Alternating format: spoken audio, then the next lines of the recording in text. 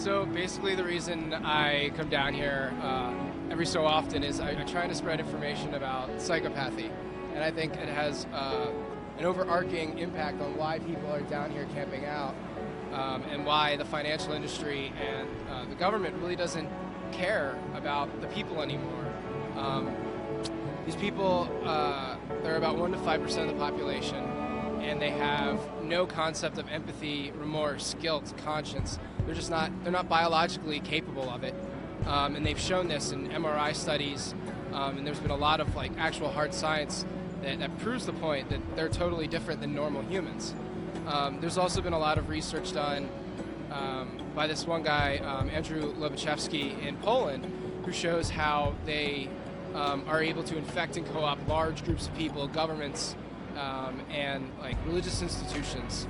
That's why I brought this book, because he talks all about it, and he shows scientifically how it happens each step of the way. And I feel that these people in the financial industries especially, they're able to rape and pillage resources from the people without having any concept of how it affects others, because they can't conceptualize that. It's just not within their range of capabilities. And when we see institutions like the Catholic Church and how they handle pedophilia, for example, it's another instance of that type of conscienceless, remorseless being infecting and taking over a large group and effectively, distorting what the original purpose of the institution was supposed to be. And these people, they've probably been with us since humanity evolved. We've never really had any scientific understanding of them or conceptualization of them. And it's probably where our ideas of vampires come from. There's a word for vampire in every single language on Earth, and people have a very strong archetypal identification with it. And I think that's one of the reasons we've been aware that these people exist. I mean, most people in their lives have probably met one or two, the people that just seem manipulative, cunning, ruthless, and just able to control the people around them. And sometimes, they put up this image like they're a really good leader or that they're very confident. It's because they have no ability to even conceive of how their plans can go wrong or how they can impact other people. So my big push is to come down and to talk about it and to share information, because the only way that we're ever going to be able to beat them is when enough people in our society know that they exist and can spot the behaviors before they're able to be controlled by them. They have a very cunning sort of paralogic or a pseudo-logic where they take an ideal and twist it and manipulate it using words and imagery so that they can make themselves seem, righteous or correct.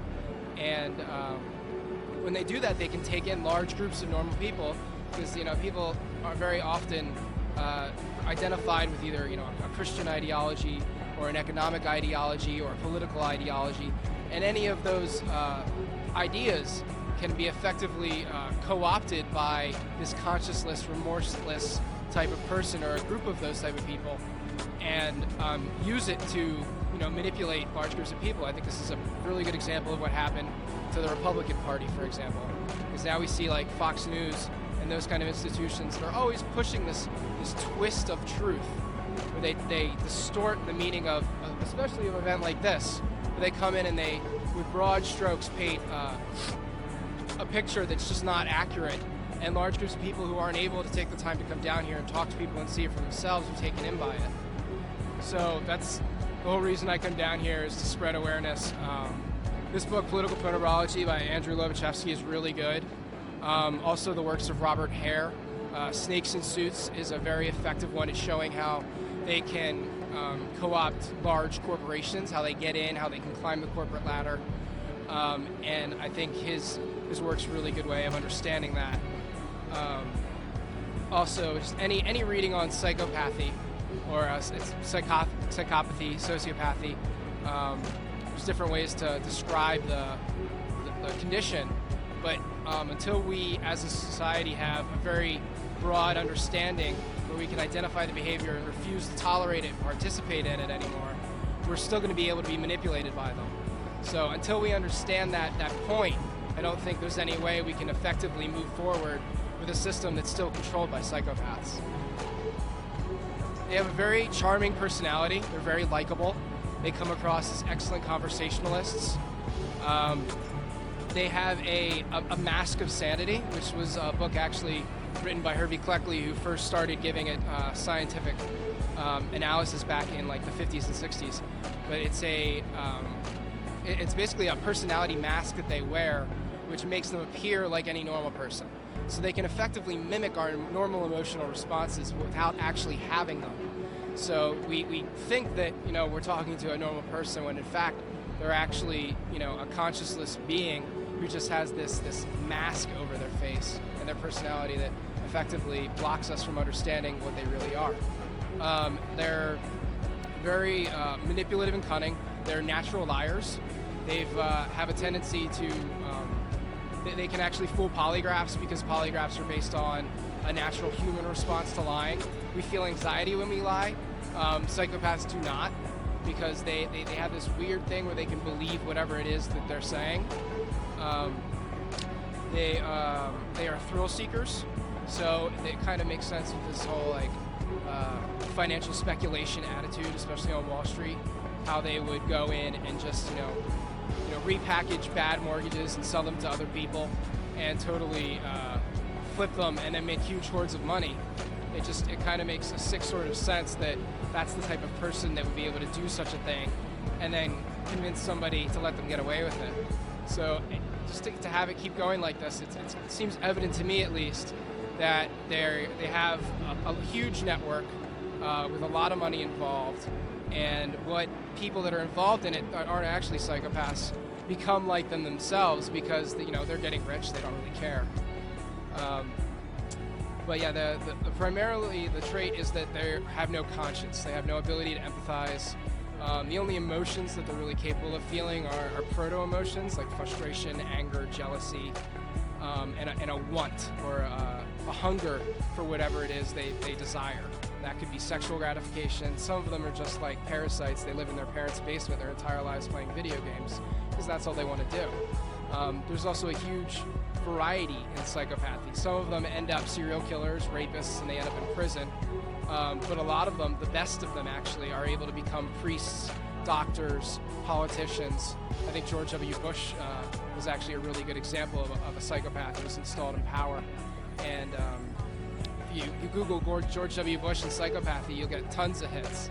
So there's a lot of interesting reading that's available on the net, and I highly recommend that everybody familiarize themselves with the condition, because it's only a matter of time before you or somebody you love ends up being affected by them, if not individually and personally, then on the macro social level where they're bleeding our economy dry and you're out of a job and you don't really understand why. It's kind of thick reading, but it's a really good topic and explains how they're able to co-opt ideologies in groups. And Andrew Leszewski, the author, was a student researching psychiatry in Poland when the Nazis took over in the 30s, 40s, and 50s, and he cataloged what was happening from that perspective. So he noticed that some people were able to see through it and see that it was just like false logic and lies, but a large group of people actually imbibed the ideology and kind of made it their own and became little psychopathic tools themselves.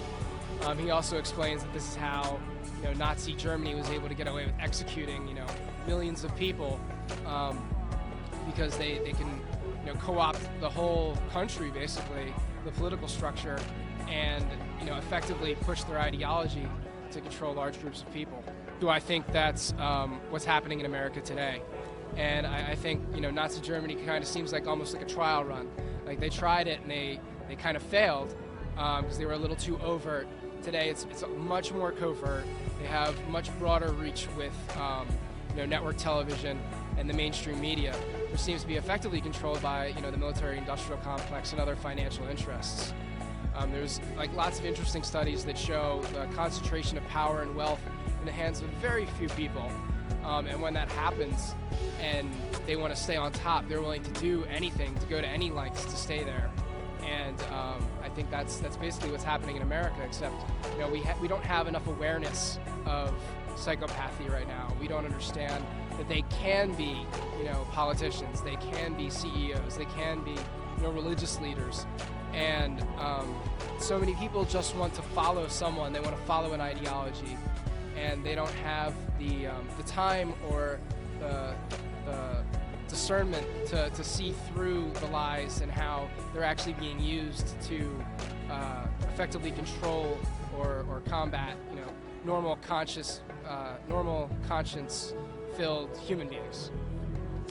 So if we keep going down the path we're going, I don't think we'll be able to have things like this. We're going to end up with concentration camps or worse. But what really keeps me up at night is just the idea that sooner or later, they're going to win.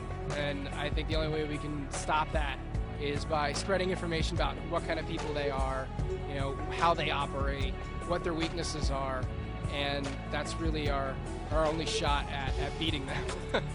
It's like David and Goliath, because we don't have money, we don't have resources, but we have knowledge and truth. So that's what I'm trying to use. That's why I come down here.